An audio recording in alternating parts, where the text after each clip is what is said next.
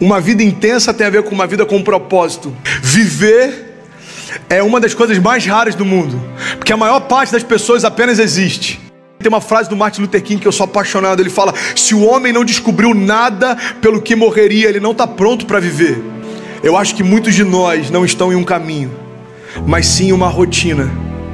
Nós confundimos conforto com paz, crença com fé, riqueza com bênção e existência com vida. Seu futuro está muito mais ligado a como você está do que como as coisas estão. Pois é, Deus amava o único filho dele, permitiu que ele passasse por muita coisa para a gente estar aqui. Você percebe que às vezes a gente questiona Deus por não estar sendo poupado de algo que ele não poupou nem Jesus? Jesus foi humilhado, traído, Jesus foi exposto, Jesus foi envergonhado. Rasgaram suas vestes, tiraram sortes dela, ele ficou nu, pediu água, deram vinagre, colocaram uma lança na costela dele, irmão.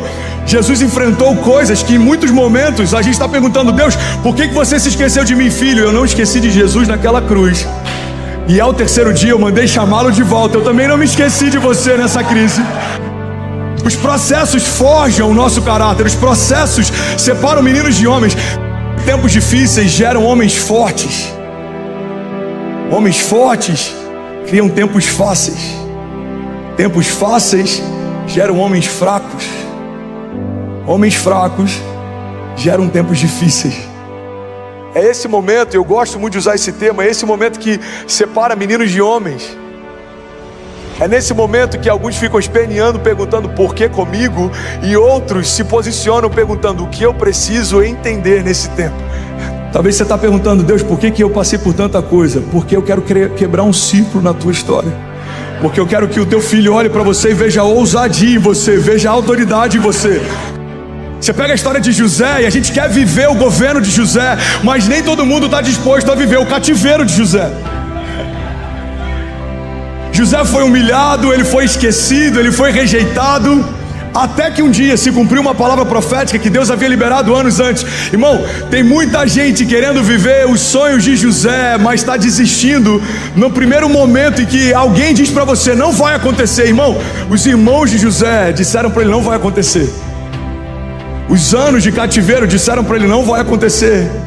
Os anos de esquecimento disseram para ele: não vai acontecer. Mas existia uma palavra dentro dele dizendo: eu não me esqueci de você.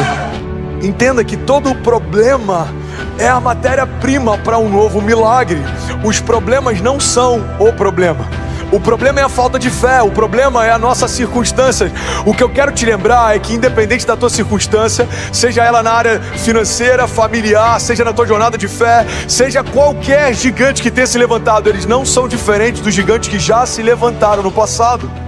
Jesus não esperou um cenário propício para governar. Jesus não esperou que o Império de Roma ou que qualquer contexto político cessasse. Jesus não esperou que coisas fossem facilitadas. Irmão, guarda isso.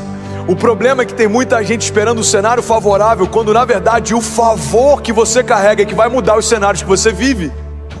Você está esperando cenários favoráveis, mas na verdade os cenários estão esperando que o teu favor mude as circunstâncias. Um homem que sabe o que carrega não depende de circunstâncias favoráveis para fluir.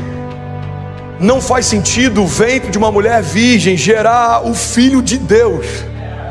Não faz sentido um monte de madeira se tornar uma arca que protegeria uma família, que construiria de novo o mundo depois do caos do dilúvio. Não faz sentido um homem morto há dias, com um corpo que já fedia, voltar a viver porque um homem do lado de fora chamou ele para fora. Não faz sentido alguém andar sobre as águas. A lei da gravidade diz que isso é impossível, mas só quem gerou a gravidade pode confundi-la. Só quem gerou a matéria pode confundi-la. Talvez nós somos parte da geração mais ansiosa que já viveu. Sem dúvida alguma, o nosso gigante desse tempo, eles são emocionais, doenças psicossomáticas, pessoas que têm problemas na mente, problemas nos sentimentos. Isso tem irradiado por todo o corpo. Pessoas com síndrome de pânico, depressão. A gente está vivendo tempos difíceis. Nosso caráter está sendo forjado em meio ao caos. A grande verdade é que muitas vezes crises definem a nossa dinâmica, o nosso entusiasmo, a nossa alegria, a nossa esperança.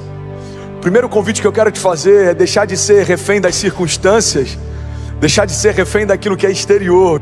Se tem uma herança que a gente pode carregar depois de vencer algumas crises é a gente nunca se esquecer de onde Deus já nos tirou um dia.